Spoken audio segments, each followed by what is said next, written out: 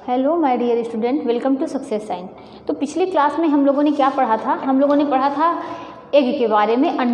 अंडा क्या होता है उसके बारे में देखा था, और अंडे में कौन कौन से तत्व पाए जाते हैं, और अगर अंडा जो है वो ज़्यादा पुराना हो रहा है तो उसमें क्या क्या मतलब किस तरीके से हम अंडे को पहचान सकते हैं कि ये अंडा बहुत पुराना हो जा रहा है, मतलब धीरे धीरे वो पुराना होता जा रहा है।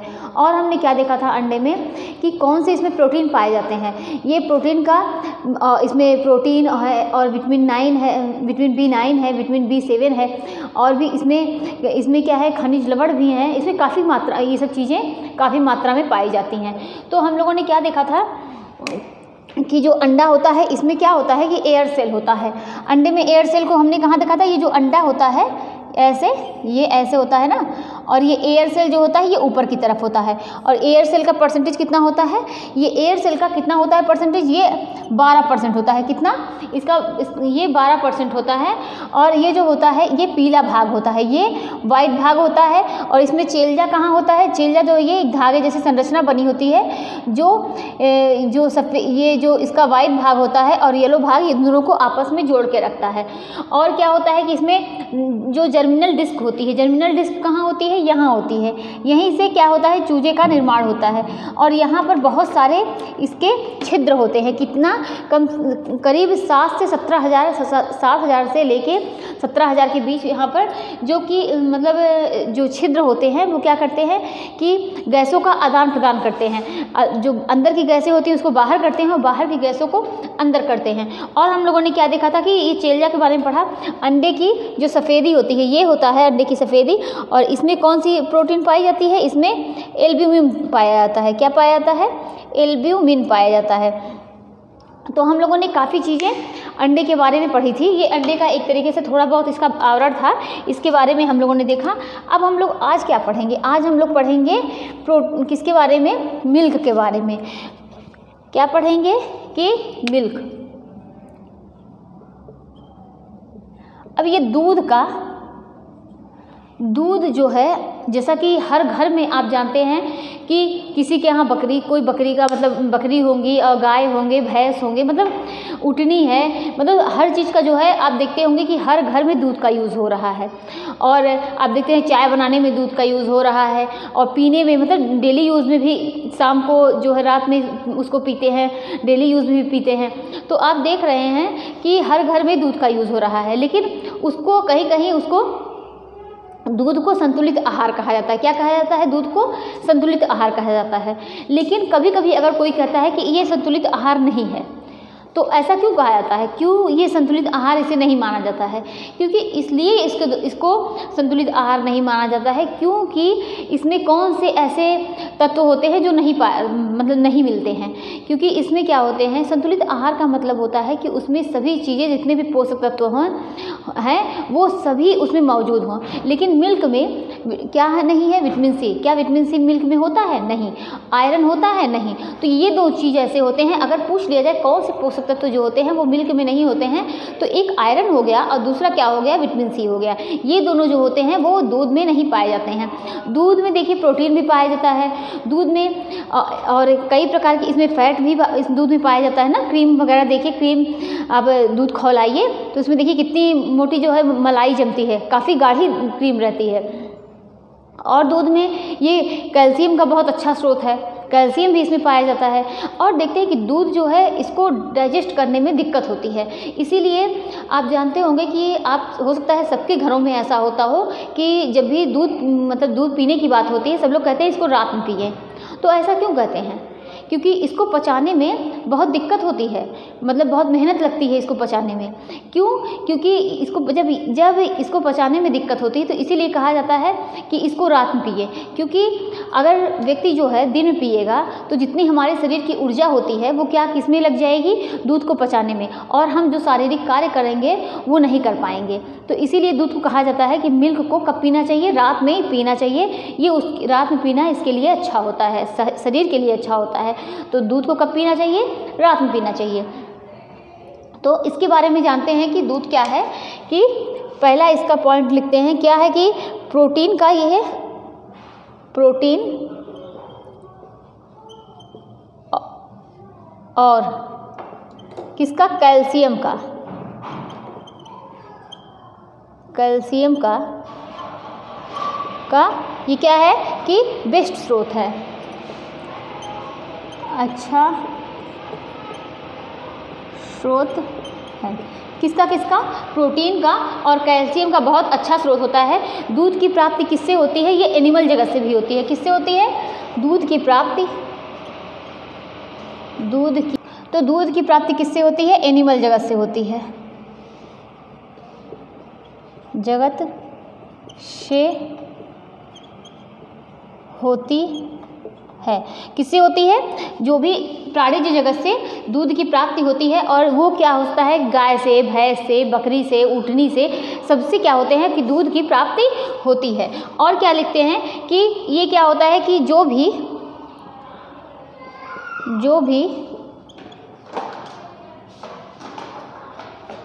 भी प्राणिज जगत के होते हैं,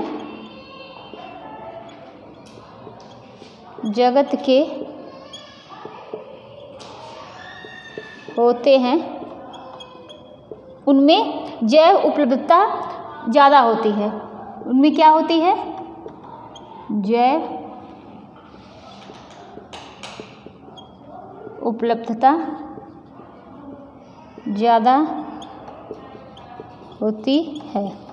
और ये जैव उपलब्धता क्या होता है? दूध का जो है ये बायोलॉजिकल वैल्यू होता है। क्या होता है? दूध का जिसको बोलते बायोलॉजिकल वैल्यू के कितना परसेंट होता है? 90% होता है। तो दूध का बायोलॉजिकल वैल्यू कितना होता है? 90% होता है। और जो भी प्राणिज जगत के मतलब होते हैं जिससे दूध प्राप्त होता है, उनमें क्या होता है? उसमें जैव उपलब्धता ज़्यादा होती है। दूध की प्राप्ति एनिमल जगत से होती है और एक प्रोटीन और कैल्शियम का बहुत अच्छा स्रोत है। और क्या होता है कि यहाँ पर अगर आप इसके बारे में लिखना चाहते हैं बायोलॉजिकल वैल्यू के बारे में, तो अब ये होती क्या है? बायोलॉजिकल वैल्यू ये क्या होता है कि वह होता है जो हम खा रहे हैं,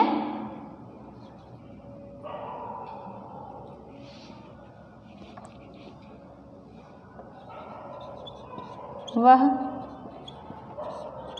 होता है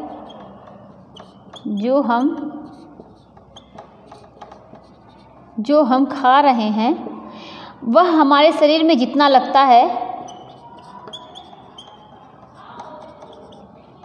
हमारे शरीर में जितना लगता है, वह हमारे शरीर में जितना लगता है वह बायोलॉजिकल वैल्यू कहलाता है। क्या कहलाता है? कहलाता है। तो मतलब क्या है कि जो भी हम जैसे दूध पीते हैं तो वो हमारे शरीर में जितना लग रहा है वही क्या कहलाता है? बायोलॉजिकल वैल्यू कहलाता है। तो इतना हम लोगों ने समझा कि बायोलॉजिकल वैल्यू क्या होता है? दूध में प्रोटीन और वह कैल्शियम का बहुत अच्छा स्रोत है। किसके लिए? कैल्शियम और किसके लिए? प्रोटीन के लिए। और आगे देखते हैं कि दूध में क्या पाया जाता है? लैक्टोज कार्बोज पाया जाता है। क्या पाया जाता है? लैक्टोज कार्बोज। क्योंकि लैक्टोज क्या है? ये कार्बोज है ना। दूध में क्या पाया जाता है? लैक्टोज। इतना तो हम लोग जानते ही हैं कि दूध में क्या पाया जाता है? लैक्टोज पाया जाता है। अब ये लैक्टोज ये किसकी फॉर्म है? लैक्टोज जो है वो कार्बोहाइड्रेट की फॉर्म है। कौन सी फॉर्म है? लैक्टोज कार्बोहाइड्रेट की फॉर्म है। ये कौन सी फॉर्म है? डाइसेकेराइड। तो यहाँ पर अगर आप इस तरीके से इसको लिख लेंगे, समझ लेंगे, तो बार बार पिछली चीज़ें जो हैं वो रिवाइज होती चलेगी। तो लैक्टोज किसकी फॉर्म है? ये कार्बोहाइड्रेट की, कार्बोज ना। और क्या? ये कार्बोज की कौन सी फॉर्म है? ये डाई शर्करा है। क्या है? डाई शर्करा है। तो दूध में लैक्टोज पाया जाता है। इसी लैक्टोज की वजह से क्या होता है? दूध जो होता है वो मीठा होता है। इसी लैक्टोज की वजह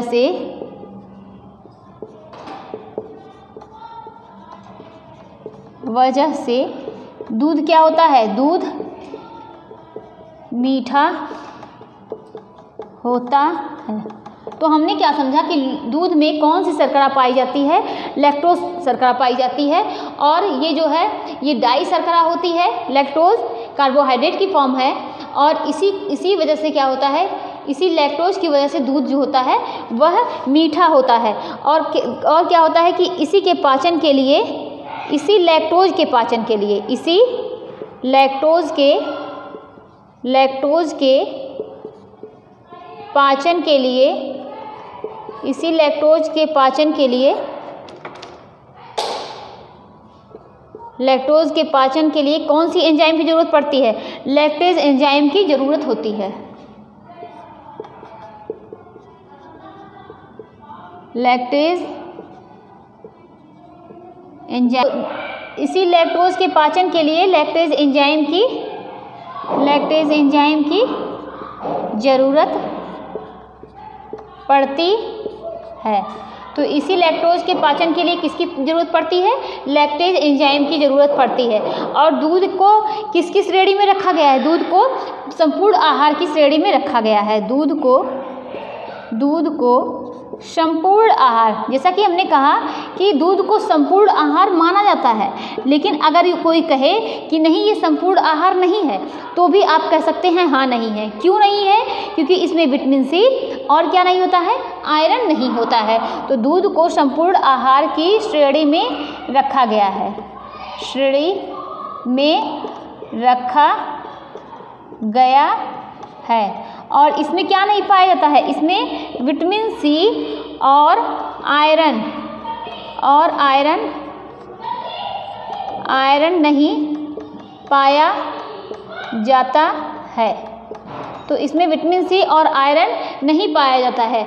और क्या देखते हैं कि इतना हम लोगों ने देखा विटामिन सी की कमी अगर हो जाएगी, मतलब जो हमारे शरीर का बहुत ही महत्वपूर्ण, मतलब ये दोनों चीज़ की जरूरत पड़ती है। अगर शरीर में आयरन नहीं रहेगा तो क्या होगा, आयरन नहीं रहेगा तो खून की कमी हो जाएगी, एनीमिया हो जाएगा। और अगर विटामिन सी नहीं होगा तो हमारे मसूड़ों में अनेक प्रकार की दिक्कतें होंगी। और क्या होगा कि जिंजिवाइटिस हो जाएगा ना, कि उसमें दांत मसूड़ों से क्या होंगे, खून निकलने लगेंगे। तो ये जो दो चीज़ें हैं जो ये है ही नहीं, तो इसको संपूर्ण आहार की श्रेणी में कैसे रख सकते हैं। लेकिन इसको इतने ज़्यादा इसमें पोषक तत्व हैं कि इसीलिए इसे रखा भी जाता है, लेकिन कुछ लोग इसको नहीं मानते हैं। अब आगे देखते हैं दूध में क्या होता है। दूध कैसा आहार है। अच्छा ये बताइए, हमने जो आहार के बारे में हम लोगों ने डाइट के बारे में पढ़ा है ना, डाइट के बारे में पढ़ा है, तो हमने, अब आप बताइए कि दूध को मतलब द्रव्य आहार में रखेंगे कि पूर्ण द्रव्य आहार में रखेंगे। मतलब दूध जो है वो लिक्विड डाइट है, या क्या है कि जो क्या होता है कि पूर्ण द्रव्य पूरा लिक्विड होता है। तो ये कैसा है, तो दूध जो होता है वो किस में रखेंगे, उसको द्रव्य आहार में। क्योंकि जिस टाइम हम लोग पढ़ रहे थे उस टाइम हम लोगों ने दोनों में अंतर पढ़ा था ना। दोनों में अंतर क्या पढ़ा था कि जो लिक्विड होता है उसको हम आर पार देखेंगे तो उसमें से नहीं दिखता। क्या दूध को लेके आप ऐसे सामने आर पार देखना चाहें तो देख सकते हैं। तो दूध हुआ, कस्टर्ड हुआ, ये दोनों क्या है, ये दोनों लिक्विड आहार है। क्या है, यानी ये दोनों द्रव्य आहार है। और लेकिन अगर पूर्ण द्रव्य आहार की बात आएगी तो ये नहीं है। तो उसमें क्या है कि जैसे फलों का रस हो गया, नारियल पानी हो गया, और क्या वे वाटर हो गया, तो ये सब क्या है, ये सब पूर्ण द्रव्य के आहार में आएंगे, जिसको हम आर पार देख सकते हैं। तो हमने क्या देखा कि दूध जो है वो तरल आहार होता है। दूध तरल आहार होता है। और क्या होता है, दूध में फ्लेवोनॉइड वर्णक होता है। ये फ्लेवोनॉइड वर्णक का क्या काम होता है, अगर जिसमें फ्लेवोनॉइड वर्णक होता है उसकी वजह से मतलब जो भी जिसमें पाया जाता है उसका कलर कैसा होता है, रंग जो है सफ़ेद होता है। तो दूध के रंग सफ़ेद होने का कारण क्या होता है, फ्लेवोनॉइड वर्णक होता है। क्या होता है, फ्लेवोनॉइड वर्णक। तो दूध में कौन सा वर्णक पाया जाता है, फ्लेवोनॉइड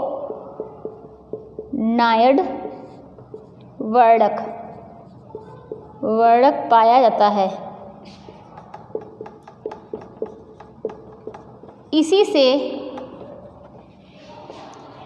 इसका रंग क्या होता है? इसका रंग सफ़ेद होता है। तो दूध में कैसा वर्णक पाया जाता है? फ्लेवोनाइड वर्णक पाया जाता है, इसी से इसका रंग कैसा होता है? सफ़ेद होता है। अब इसके बारे में और हम लोग क्या देखते हैं कि जो मिल्कमैन ऑफ इंडिया किसको कहा जाता है? मिल्कमैन ऑफ इंडिया किसे कहा जाता है? तो देखिए दूध है, अगर हम उससे जुड़ी सारी चीज़ें हम लोगों को पढ़नी चाहिए, क्योंकि कब क्वेश्चन कहाँ से बन जाए कोई नहीं जानता। तो यहाँ पर हम लोग देखते हैं milkman of India, milk man of India, ये किसे कहा जाता है? ये वर्गीस कुरियन को कहा जाता है। किसको? वर्गीस कुरियन को कहते हैं। मतलब मिल्कमैन ऑफ इंडिया के नाम से वर्गीस कुरियन को जानते हैं। किसे जानते हैं? वर्गीस कुरियन को जानते हैं। इनका जन्म जो है वर्गीस कुरियन को कहते हैं। और इनका जन्म कब हुआ था? इनका जन्म जो है वो 26 नवंबर 1929 में। कब? 26 नवंबर 1929 को हुआ। और मृत्यु जो है, इनका जन्म जो है 26 नवंबर 1929 को हुआ और इनकी डेथ जो है वो 90 साल की उम्र में कब हुई थी? 90 साल की उम्र में 2012 में हुई थी। और मृत्यु 90 की उम्र में कब? 2012 में हुई। कब हुई? 90 की उम्र में 2012 में हुई। अच्छा, ये बात होती है कि विश्व दुग्ध दिवस कब मनाया जाता है? अब यहाँ पर भी नोट कर लेते हैं। विश्व दुग्ध यानी विश्व दुग्ध दिवस कब मनाते हैं? ये कब मनाते हैं? 1 जून को मनाया जाता है। और यह कब से मनाया जाता है? यह जो है 2001 से मनाया जाने लगा। कब से? 2001 से मनाया जाने लगा। तो हम लोगों ने क्या देखा कि मिल्क जो है इसको तरल आहार में रखते हैं। कब? किसमें रखते हैं? तरल आहार में रखते हैं, क्योंकि हम लोगों ने दोनों में अंतर पढ़े हैं कि अगर जिस द्रव पदार्थ को अगर आमने सामने उसको देखने से आर पार उसमें दिखता रहे तो वो पूर्ण द्रव्य के अंतर्गत आता है, और वरना ये क्या है, लेकिन इसको देखने पर ये आर पार नहीं दिखेगा तो इसको तरल आहार के अंतर्गत रखेंगे। और क्या होता है? दूध में कौन सा वर्णक होता है? फ्लेवोनाइड वर्णक होता है। जिसमें ये वर्णक होता है उसमें क्या होता है? उसका रंग जो होता है वो सफ़ेद होता है। तो इसका कलर इसी वजह से सफ़ेद है। और मिल्कमैन ऑफ इंडिया किसको कहते हैं? वर्गीस कुरियन को कहते हैं। किसे कहते हैं? और इनका जन्म 26 नवंबर 1929 को हुआ था। मृत्यु जो है वो 90 साल की अवस्था में कब? 2012 में हुई। और क्या है कि विश्व दुग्ध दिवस कब मनाया जाता है? 1 जून को। कब से? 2001 से मनाया जाने लगा। अब आगे देखते हैं। देखिए अमूल दूध को जो है आप देखते होंगे कि इसमें मतलब मार्केट में आप अमूल दूध मिलता है, उसको इन्होंने ही शुरू किया था। किसने शुरू किया था? ये इन्होंने ही शुरू किया था। और ये किसके इंजीनियर थे? ये डेयरी इंजीनियर थे। ये जो है डेयरी इंजीनियर थे। अगर भारत में मिल्क डे पूछा जाए तो ये कब मनाया जाता है? भारत में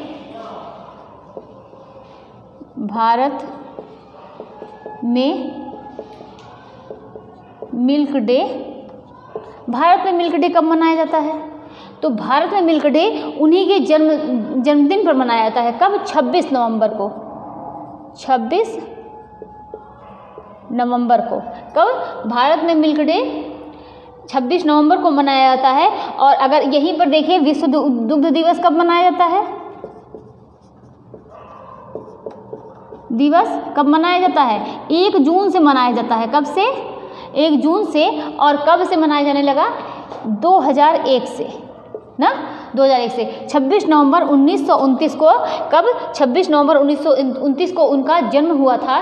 किसका? वर्गीस कुरियन का। इसी वजह से 26 नवंबर को भारत में मिल्क दिवस मनाया जाने लगा। और इसको विश्व दुग्ध दिवस ये 1 जून से मनाया जाने लगा। अब 1 जून को मनाया जाता है। अब आगे देखते हैं कि दूध का संगठन जो होता है वह किन किन चीज़ों से होता है। दूध का संगठन किन किन चीज़ों से हुआ है। अब संगठन में देखेंगे, संगठन इसमें क्या होते हैं कि मतलब दूध के संगठन में क्या देखते हैं, दूध में तरल, तरल भी होता है दूध में, और क्या होता है, ठोस भी होता है। तरल पदार्थ भी होते हैं और ठोस भी होते हैं। अब ये ठोस की मात्रा कितनी होती है, 12.75% होता है, और तरल की मात्रा कितनी होती है, ये 87 कितना हो गया, 25% हुआ। तो तरल की मात्रा संगठन में क्या हो गया कि देखिए दूध में जब भी देखते हैं तो उसमें तरल भी होता है और ठोस भी होता है, और क्या होता है कि तरल की मात्रा कितनी हुई, 87.25% हो गई, और ठोस की मात्रा 12.75 हो गई। अब आगे देखते हैं कि इसमें ये ठोस में क्या क्या होता है। ठोस में क्या क्या होता है, प्रोटीन हो गया, क्या हो गया, प्रोटीन हो गया। ये प्रोटीन जो होता है यह दूध में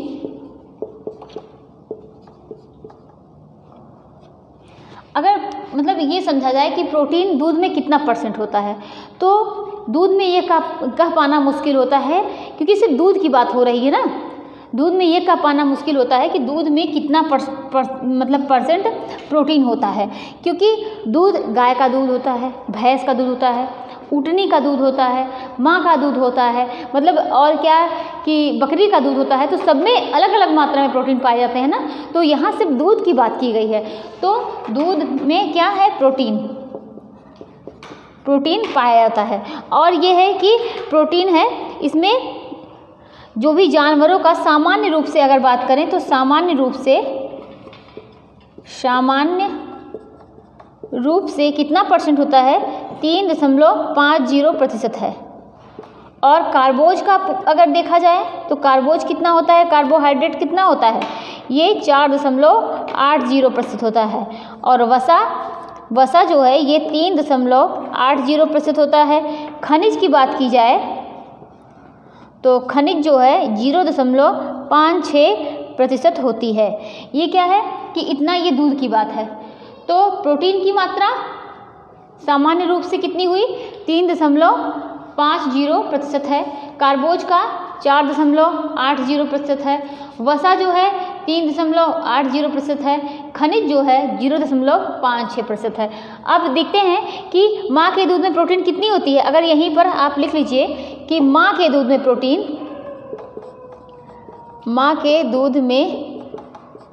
प्रोटीन ये कितनी होती है, 1.1% होती है। तो माँ के दूध में कितनी होती है, 1.1% होती है। इतना ये सब चीज़ें हो गई ना। अगर औसत रूप में देखा जाए, ये तो इतना माना जाता है, लेकिन औसत रूप में कभी कभी ये एग्जाम्पल में ना देके अगर औसत करके पूछा जाए तो क्या होता है औसत रूप में कि वसा जो है कितनी होती है, वसा, प्रोटीन,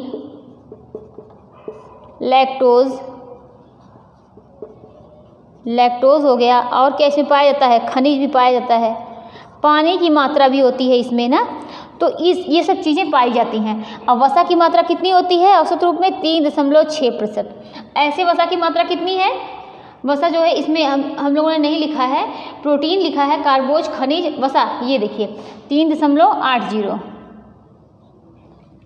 3.80 ये हो गई। लेकिन औसत रूप में पूछा जाए तो 3.6%। प्रोटीन यहाँ पर कितना लिखे हैं, 3.50%। लेकिन अगर यहाँ पर औसत रूप में पूछा जाए तो औसत में कितना होता है प्रोटीन, 3.4%। और अगर लैक्टोज की मात्रा पूछ ली जाए तो 4.7%। खनिज का पूछ लिया जाए 0.7%।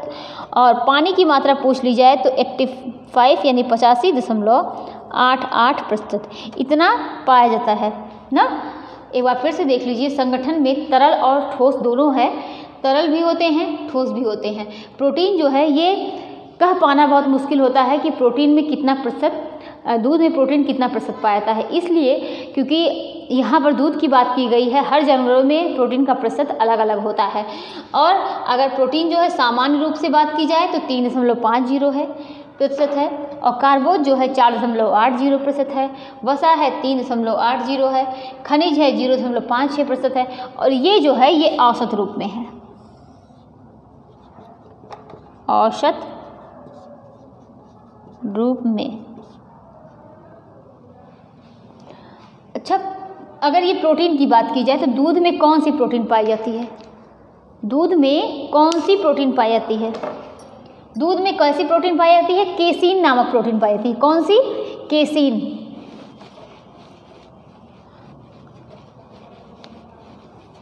दूध में केसीन नामक प्रोटीन पाई जाती है, जो कि फास्फोप्रोटीन है। कैसी प्रोटीन है? फास्फोप्रोटीन है।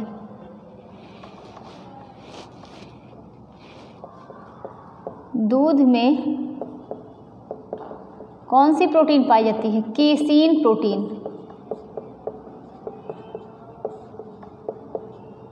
पाई जाती है, और यह कैसी प्रोटीन है? यह फास्फोप्रोटीन है, फास्फोप्रोटीन है। मतलब क्या है कि ये फास्फोरस के साथ संयुक्त रूप से रहता है। किसके साथ? केसीन जो है ये फास्फोरस के साथ मिलकर संयुक्त रूप से रहता है। तो दूध में कौन सी प्रोटीन पाई जाती है? केसीन प्रोटीन पाई जाती है। और ये जो है कि हमने देखा औसत प्रोटीन जो है, औसत प्रोटीन क्या हमने देखा था? 3.4% ना। दूध में क्रिएटिन जो औसत जो है 3.4% है, लेकिन अगर इसी में पूछ लिया जाए केसीन की मात्रा कितनी है, ये तो प्रोटीन है, लेकिन दूध में केसीन प्रोटीन मतलब कई प्रकार के प्रोटीन पाए जाते हैं ना। तो दूध में केसीन प्रोटीन की मात्रा, दूध में केसीन प्रोटीन की मात्रा, प्रोटीन कितने परसेंट है? 2.5% होता है। ये क्या होता है? केसीन। तो हमने क्या देखा कि औसत प्रोटीन 3.4% होता है दूध में, लेकिन उसी में से प्रोटीन की, केसीन प्रोटीन की मात्रा 2.5% हो गई। और ये केसीन जो होता है ये जल में जो होता है वो अघुलनशील होता है। तो केसीन प्रोटीन किसमें? जल में कैसा है? जल में अघुलनशील है, अघुलनशील है। और दूध में ये केसीन जो है 3 रूपों में पाया जाता है। दूध में केसीन कितने रूप में पाया जाता है? 3 रूपों में होता। कौन कौन सा? एक अल्फा केसीन, दूसरा क्या है? बीटा केसीन, तीसरा क्या है? Gamma casein. कितने? अल्फा केसीन, बीटा केसीन और गामा केसीन। तो इतना हम लोगों ने समझा। दूध में प्रोटीन की मात्रा देखी, और औसत प्रोटीन की कितनी? 3.4% है। दूध में केसीन प्रोटीन पाई जाती है। ये क्या है? केसीन प्रोटीन ये फास्फोप्रोटीन यानी फास्फोरस के साथ मिलकर ये संयुक्त रूप से रहती है। दूध में केसीन प्रोटीन जो होता है वह 2.5% हो गई। और केसीन प्रोटीन जल में क्या होता है? अघुलनशील होता है। ये 3 रूपों में पाई जाती है, अल्फा प्रोटीन और बीटा प्रोटीन, और अल्फा केसीन, बीटा केसीन और गामा केसीन। और आगे देखते हैं, दूध में लाइसिन तथा थियोनीन की प्रचुरता होती है। किसकी? लाइसिन और थियोनीन। दूध में लाइसिन और थियोनीन की प्रचुरता होती है। ये लाइसिन और थियोनीन है क्या? ये क्या है? ये आवश्यक अमीनो एसिड हैं। दूध में किसकी? लाइसिन और किसकी? दूध में लाइसिन और थियोनीन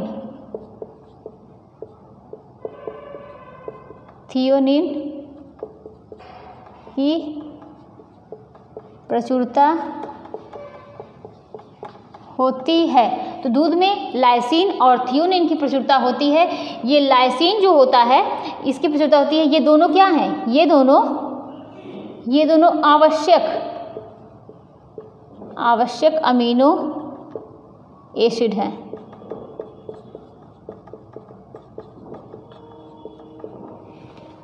अब ये दोनों क्या हैं? आवश्यक अमीनो एसिड हैं, लाइसिन, थियोनिन। थियोनिन क्या होता है कि दाल में थियोनिन, ट्रिप्टोफैन और मिथियोनिन, थियोनिन, ट्रिप्टोफैन और मिथियोनिन ये तीनों जो हैं नहीं पाए जाते हैं। यानी दाल में तीनों आवश्यक अमीनो एसिड नहीं पाए जाते हैं। कौन कौन से? ये देखिए, ये क्वेश्चन आते भी हैं। तो दाल में कौन कौन से नहीं पाए जाते हैं इसको हम लोगों ने पढ़ा भी है। क्या? थियोनिन और क्या? मिथियोनिन। और यहाँ पर नोट कर लीजिए, दाल में कौन से अमीनो एसिड नहीं पाए जाते हैं? दाल में थियोनिन और क्या नहीं पाया जाता है? और ट्रिप्टोफैन और मिथियोनिन।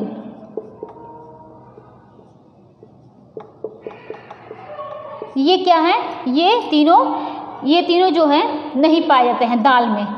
अब इसकी बात की जाए कि लाइसिन जो है, लाइसिन किस में नहीं पाया जाता है? तो अनाज में लाइसिन नहीं पाया जाता है। अनाज में लाइसिन नहीं पाया जाता है। देखिए, यही सब बहुत इंपॉर्टेंट है। क्वेश्चन यहीं से बनते हैं कि दाल में कौन से अमीनो एसिड, कौन से आवश्यक अमीनो एसिड नहीं पाए जाते हैं और क्या आवश्यक और अनावश्यक अमीनो एसिड, यही मतलब इसके नाम लिख दिए जाएंगे। इसमें से पहचानना होता है कौन सा आवश्यक होता है, कौन सा अनावश्यक होता है। तो ये दाल में ये तीन जो हैं, थियोनिन, ट्रिप्टोफैन, मिथियोनिन, ये तीनों नहीं पाए जाते हैं और अनाज में लाइसिन नहीं पाया जाता है। और आगे देखते हैं, दूध में जो है सभी आवश्यक अमीनो एसिड क्या होते हैं कि उपलब्ध होते हैं, और दूध में सभी आवश्यक अमीनो एसिड उपलब्ध होते हैं, परंतु क्या होता है? सल्फर युक्त अमीनो एसिड का अभाव होता है। दूध में आवश्यक अमीनो एसिड उपलब्ध होते हैं, परंतु क्या है? परंतु सल्फर युक्त अमीनो एसिड का अभाव होता है, का अभाव होता है। ठीक है। और देखते हैं कि ये हम लोगों ने इतना समझा कि अनाज में कौन से नहीं होते हैं। लाइसिन जो है अनाज में नहीं होता है, और किसमें? कि थियोनिन, मिथियोनिन और ट्रिप्टोफैन, ये किसमें नहीं होता है? ये जो है दाल में नहीं पाया जाता है। और ये सब क्या है? ये आवश्यक अमीनो एसिड हैं। तो अब हम आगे देखते हैं कि केसीन में क्या होता है? केसीन में कैल्शियम उपस्थित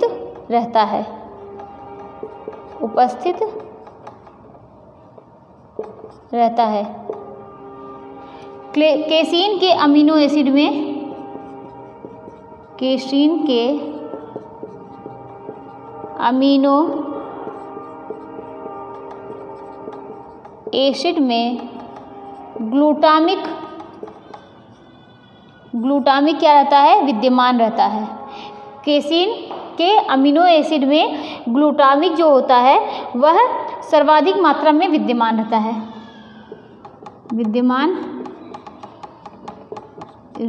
है। तो केसीन में अमीनो एसिड कौन सा?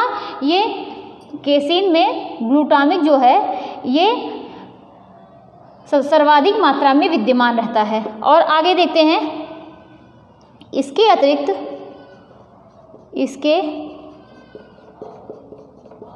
अतिरिक्त क्या होता है? ल्यूसीन, लाइसिन और क्या? वेलिन आदि जो है, आदि अमीनो अम्ल होते हैं। अमीनो अम्ल होते हैं। और हमने क्या देखा था कि दूध की बायोलॉजिकल वैल्यू कितनी होती है? दूध की बायोलॉजिकल वैल्यू 90% होती है। कितनी होती है? 90%। तो इसको ये नहीं, इसको और कुछ मत समझिएगा। ये दूध की, एक बार हम इसको बता चुके हैं, दूध की बायोलॉजिकल वैल्यू कितनी होती है? 90% होती है। कितनी होती है? 90% होती है। तो इतना हम लोगों ने ये केसीन प्रोटीन के बारे में काफ़ी चीज़ें हम लोगों ने समझी। केसीन में क्या उपस्थित होता है? कैल्शियम उपस्थित रहता है ना। और क्या हम लोगों ने देखा, दूध में केसीन जो है कितने रूपों में पाया जाता है? 3 रूपों में। एक अल्फा केसीन होता है, बीटा केसीन होता है और गामा केसीन होता है। और हम लोगों ने क्या देखा, दूध में लाइसिन और थियोनिन जो होता है वो प्रचुर, इसकी प्रचुरता होती है। किसकी किसकी? लाइसिन और थियोनिन। ये दोनों क्या होते हैं? आवश्यक अमीनो एसिड होते हैं। और दाल में कौन कौन से नहीं होते? कि थियोनिन, मिथियोनिन और ट्रिप्टोफेन, ये 3 आवश्यक अमीनो एसिड दाल में नहीं पाए जाते हैं। और किसमें? कि और हमने क्या देखा था कि जो लाइसिन होता है वो किस में नहीं पाया जाता है? लाइसिन जो है ये अनाज में नहीं पाया जाता है। तो हम लोगों ने काफ़ी चीज़ें समझी। अब हम देखते हैं प्रोटीन के बारे में। प्रोटीन जो होते हैं ये देखिए 2 होते हैं। कौन कौन से? एक जल में घुलनशील और दूसरा क्या है कि जल में अघुलनशील। जल में घुलनशील प्रोटीन हो गया, और क्या होता है? ये अघुलनशील प्रोटीन। जल में अघुलनशील। अब इस देखते हैं इसको कि इसमें क्या होता है। जल में जो घुलनशील प्रोटीन होता है इसको क्या बोलते हैं? Alpha lactoalbumin. अल्फा लैक्टोएल्ब्यूमिन ये हो गया। और क्या होता है घुलनशील प्रोटीन में? क्या होता है कि सीरम एल्ब्यूमिन,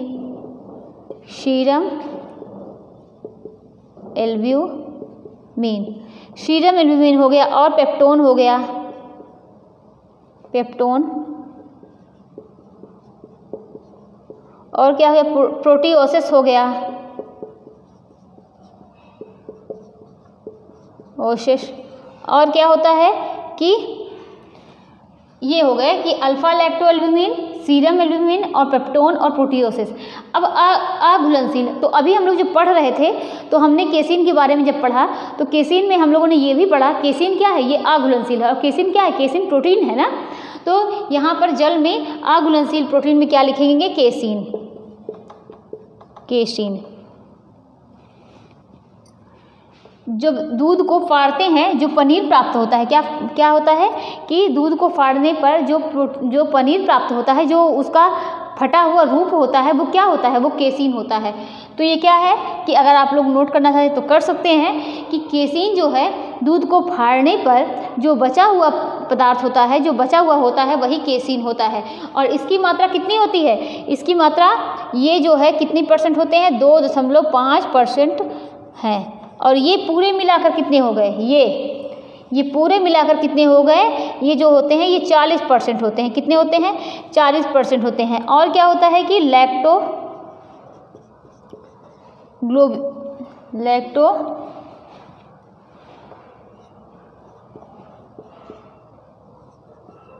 लैक्टोग्लोब्यूलिन, इसका परसेंटेज कितना होता है? 60% होता है।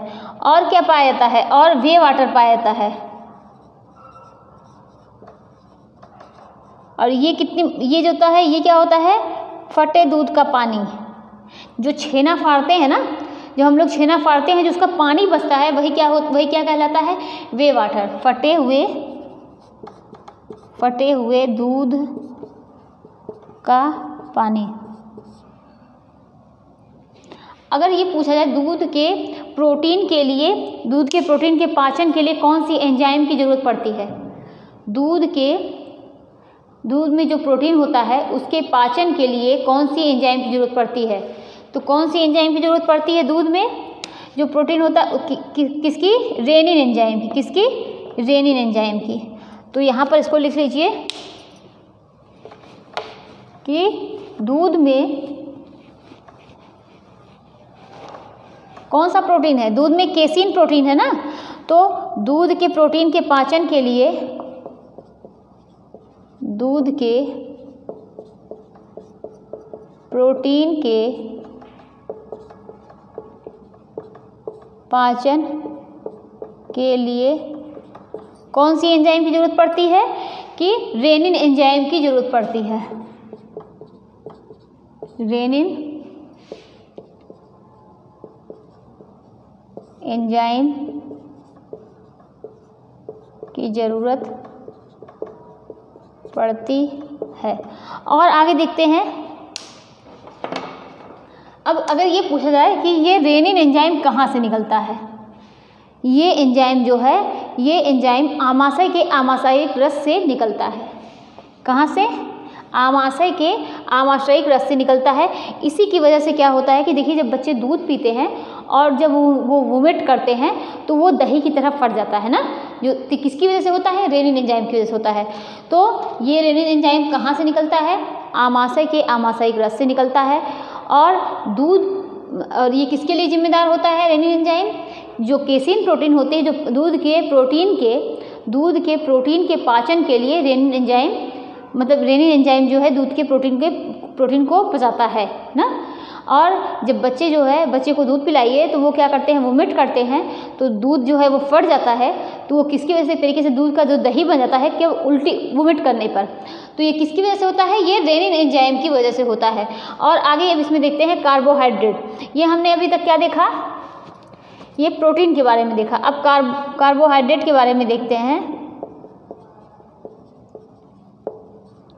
कार्बोहाइड्रेट ये क्या होता है? ये कितना परसेंट होता है? 4.7% होता है। कितना परसेंट होता है? 4.7% होता है। और माता के दूध में कार्बोहाइड्रेट जो है, माता के दूध में कार्बोहाइड्रेट सबसे ज़्यादा मात्रा में होता है।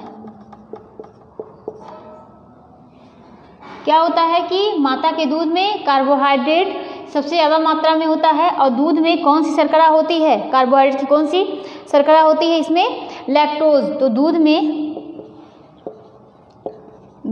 कौन सी शर्करा? लैक्टोज। और ये क्या है? लैक्टोज जो है ये डाइसेकेराइड है। क्या है? डाइसेकेराइड है। तो दूध में लैक्टोज जो होता है, लैक्टोज होता है। और इसी के पाचन के लिए कौन सा एंजाइम होता है? इसी के पाचन के लिए लैक्टेज एंजाइम होता है। इसी के किसके पाचन के लिए? लैक्टोज के पाचन के लिए। तो कार्बोहाइड्रेट में हमने क्या देखा? इसकी मात्रा कितनी होती है दूध में? कार्बोहाइड्रेट की 4.7%। और माता के दूध में जो है सबसे ज़्यादा मात्रा में कार्बोहाइड्रेट होता है। और दूध में लैक्टोज जो होता है इसी के पाचन के लिए लैक्टेज एंजाइम की जरूरत पड़ती है। एंजाइम की जरूरत पड़ती है। और हमने ये भी पढ़ा, आगे पहले हम लोग पढ़ चुके हैं कि लैक्टोज जो होता है ये स्वाद में मीठा होता है। लैक्टोज स्वाद में मीठा होता है। कैसा होता है? लैक्टोज स्वाद में मीठा होता है। और अधिक ताप पर गर्म करने पर क्या होता है कि दूध जो होता है वह भूरे रंग का हो जाता है। कैसा हो जाता है? भूरे रंग का।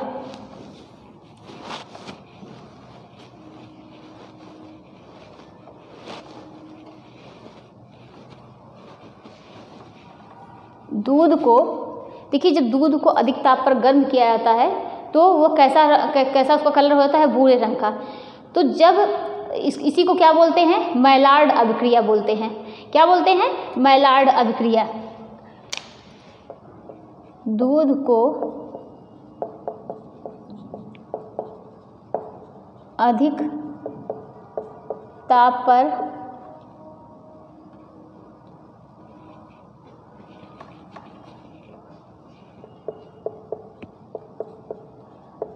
गर्म करने पर, दूध को अधिक ताप पर गर्म करने पर क्या होता है कि दूध जो है वो भूरे रंग का हो जाता है।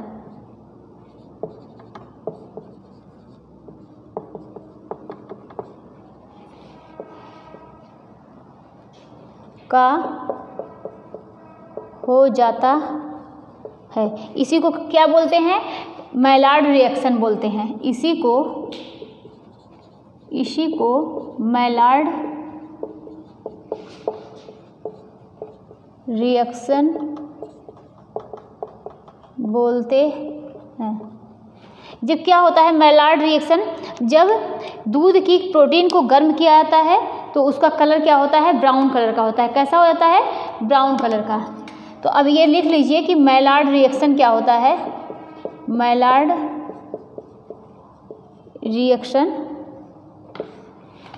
रिएक्शन क्या होता है कि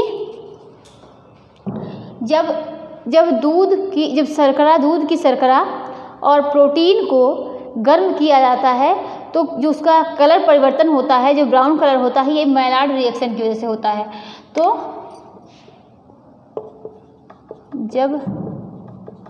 अब दूध की शर्करा कौन सी है? दूध में कौन सी शर्करा है कि लैक्टोज है ना। तो जब दूध की शर्करा और क्या करते हैं, जब दूध की शर्करा दूध की प्रोटीन को शर्करा और दूध की प्रोटीन को गर्म किया जाता है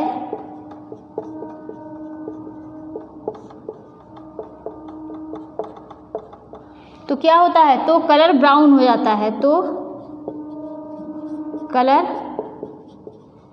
ब्राउन हो जाता है। इसी को क्या बोलते हैं? इसी को मैलार्ड रिएक्शन बोलते हैं ना।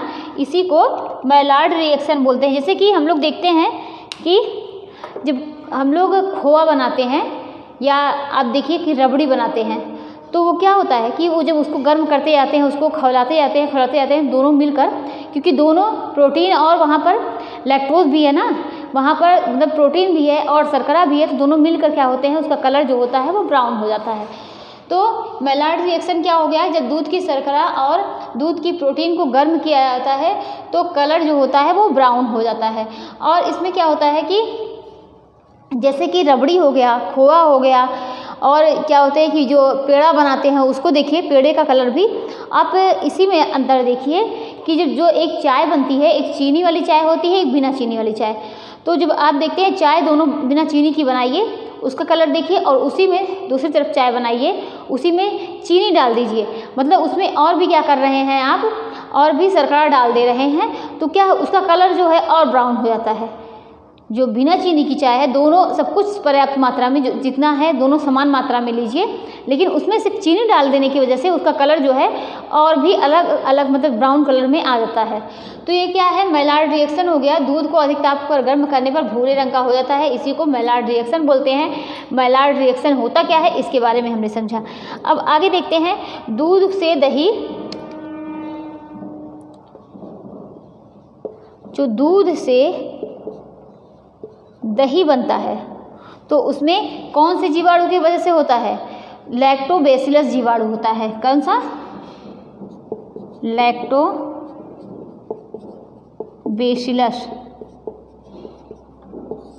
जीवाणु।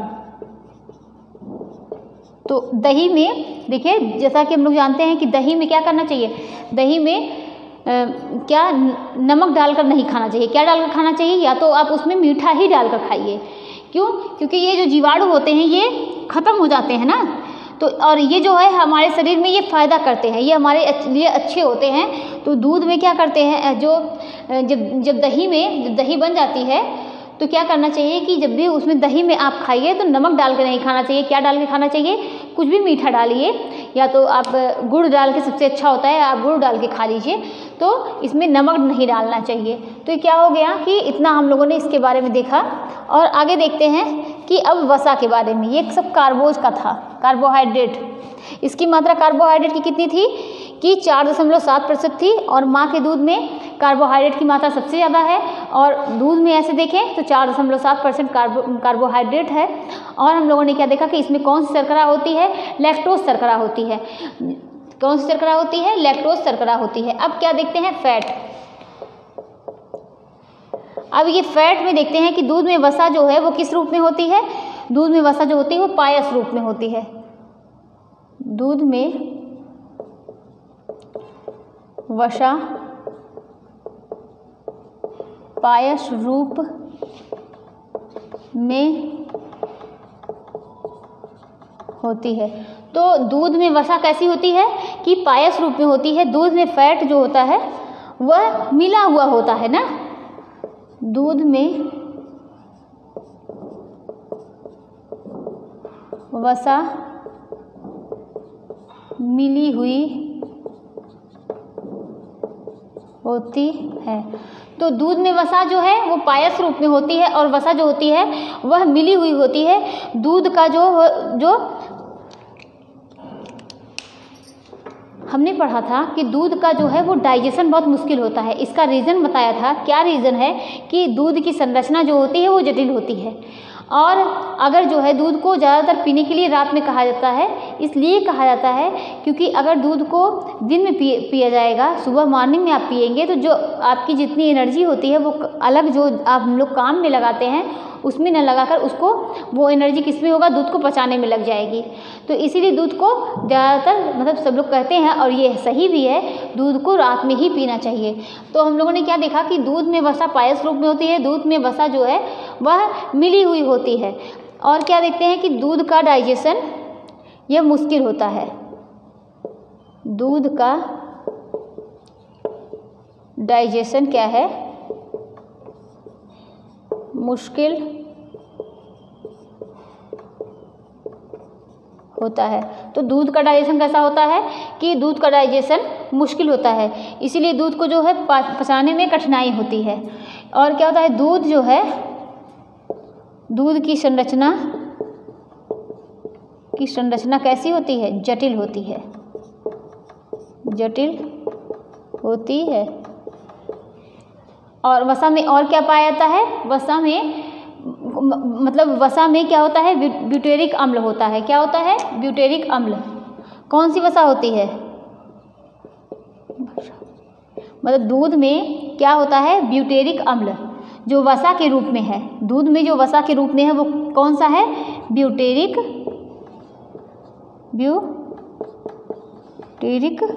अम्ल। अब ये ब्यूटेरिक अम्ल क्या होता है, ये किसके लिए जिम्मेदार होता है, जो मक्खन में महक होती है, जो हल्की हल्की सुगंध होती है, वो किसकी वजह से होती है, ब्यूटेरिक अम्ल की वजह से होती है। तो देखिए ये भी क्वेश्चन यहाँ पे ये भी आया हुआ है क्वेश्चन कि मक्खन में जो महक होती है वो किसकी वजह से होती है, ब्यूटेरिक अम्ल की वजह से होती है। ब्यूटेरिक अम्ल अन्य वसीय अम्लों के अनुपात में अधिक होता है। वसीय मतलब ब्यूटेरिक अम्ल जो है ये जितने भी अन्य वसीय हैं उनके अनुपात में ब्यूटेरिक अम्ल अधिक होता है, के अनुपात में अधिक होता है। अब देखते हैं कि भैंस के दूध में जो है वसा वो सबसे ज़्यादा मात्रा में होती है और माता के दूध में वसा जो है माँ के दूध में सबसे कम होती है। तो भैंस के दूध में वसा ज़्यादा और माँ के दूध में वसा जो है वसा क्या होती है कि वसा जो है सबसे कम होती है। दूध में जो असंतृप्त वसा की मात्रा होती है वो कितनी होती है, असंतृप्त वसा की मात्रा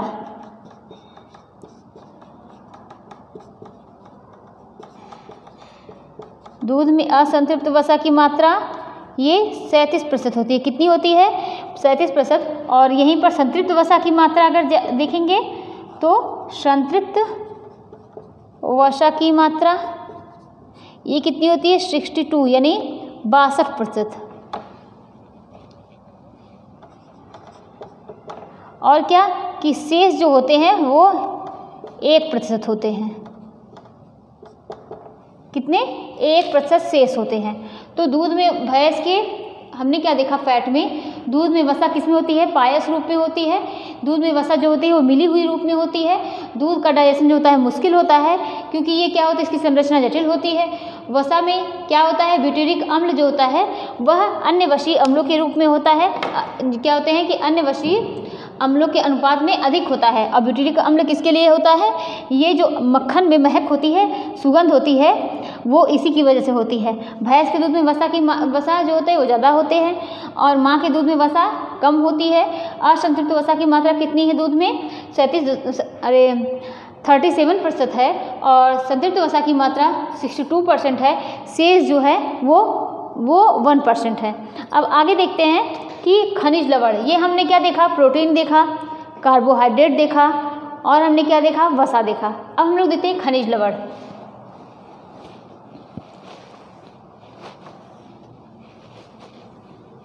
अब खनिज लवण के बारे में देखते हैं, इसकी मात्रा कितनी होती है, 0.7%। खनिज लवण इसकी मात्रा कितनी होती है दूध में, 0.7% होती है।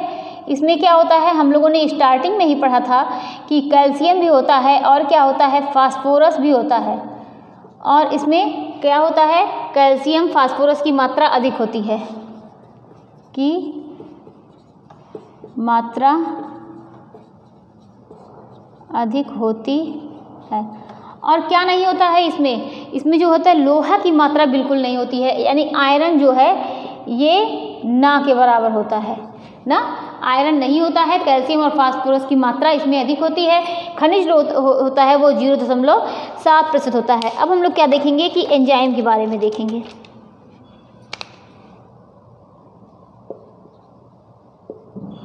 एंजाइम, अब ये एंजाइम क्या होते हैं, इसमें क्या कौन से एंजाइम होते हैं, लाइपेज होते हैं। क्या होते हैं, लाइपेज एंजाइम। लाइपेज एंजाइम क्या करते हैं, वसा विघटन वाले एंजाइम अर्थात वसा विघटन वाले, मतलब ये लाइपेज जो होता है ये वसा को तोड़ने वाले एंजाइम होते हैं। लाइपेज जो होता है वसा को तोड़ने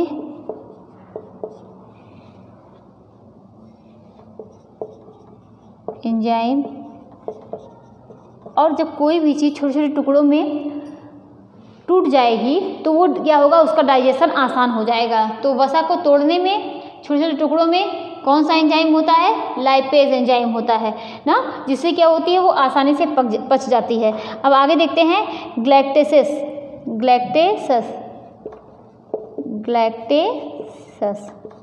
ग्लैक्टेसस क्या होता है, इसको देखते हैं। ये प्रोटीन का ये प्रोटीन को अलग करता है। ये प्रोटीन का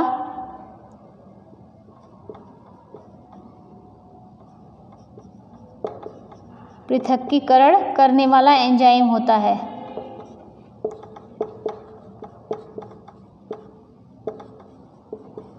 एंजाइम होता है। और दूसरा देखते हैं कि और क्या होता है कि एमाइलेज एंजाइम।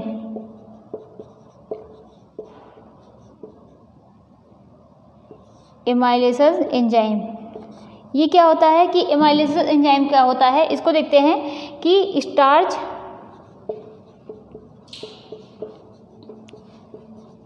जलीय विश्लेषण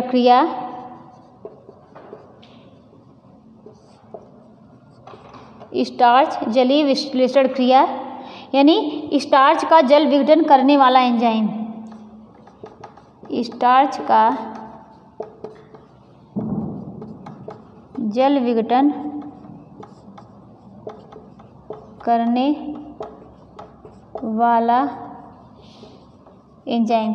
तो ये क्या है कि स्टार्च जलीय विश्लेषण क्रिया यानी स्टार्च का जल विघटन करने वाला एंजाइम, अर्थात ये क्या करता है, ये स्टार्च को जलीय विघटन कर रहा है, यानी ये स्टार्च को पचाता है। यानी किसको पचाता है, कार्बोज को पचाता है।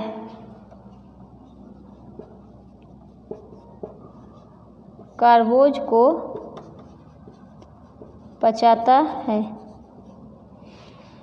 अब क्या देखते हैं कि लाइपेज हो गया, ग्लैक्टेसेस हो गया, एमाइलेसेस हो गया, ये सब क्या है? एंजाइम है। और क्या होता है? कैटालेज। कैटालेज ये क्या होता है? कैटालेज ये हाइड्रोजन परऑक्साइड पर अपनी अभिक्रिया करता है। किस पर? हाइड्रोजन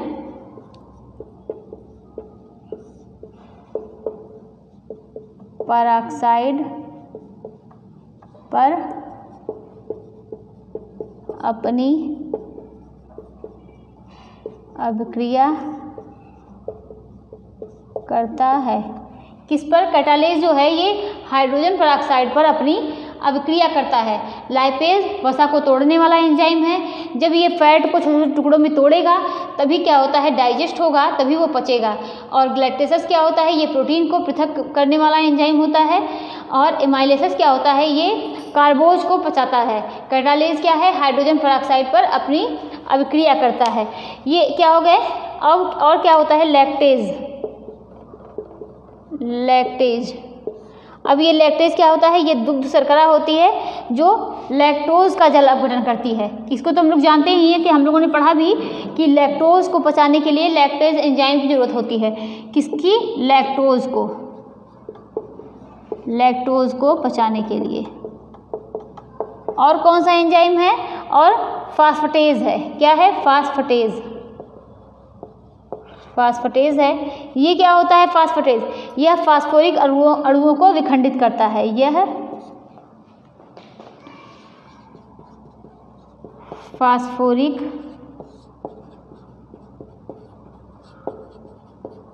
अणुओं को विखंडित करता है। तो इतना हम लोगों ने देखा कि खनिज लवण के बारे में देखा। कितना परसेंट है? 0.7% है।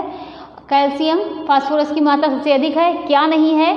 आयरन नहीं है। और कौन कौन से एंजाइम है? कैटालेज है, लैक्टेज है, लाइपेज है, ग्लैक्टेसेस है, एमाइलेसेस है, फास्फेटेज है। ये सब सारे क्या हैं? एंजाइम हैं और सबके अपने अपने कार्य हैं। और अब आगे देखते हैं हम लोग। देखिए अभी इसमें एक और है, परऑक्सीडेज। क्या है? परऑक्सीडेज। ये क्या करता है? ये जो है परऑक्सीडेज क्या होता है? ये स्वाद के लिए होता है। किसके लिए? स्वाद के लिए होता है। तो इतना हम लोगों ने देखा। अब आगे देखते हैं कि दूध के प्रकार। दूध के कितने प्रकार हैं? दूध के भी कई प्रकार हैं। कौन कौन से होते हैं? देखिए संपूर्ण दुग्ध होता है ना। और क्या होता है कि जिसको क्या बोलते हैं? दुग्ध चूर्ण बोलते हैं। संपूर्ण दुग्ध चूर्ण जो दूध का पाउडर होता है। और क्या होता है कि वसा रहित दूध होता है, परिष्कृत दूध होता है, डबल टोट दूध होता है। और क्या होता है? और भी कई प्रकार के दूध होते हैं। वाष्पीकृत दूध हो गया, दुग्ध चूर्ण हो गया, गाढ़ा दूध हो गया। मतलब दूध के भी कई प्रकार हैं। तो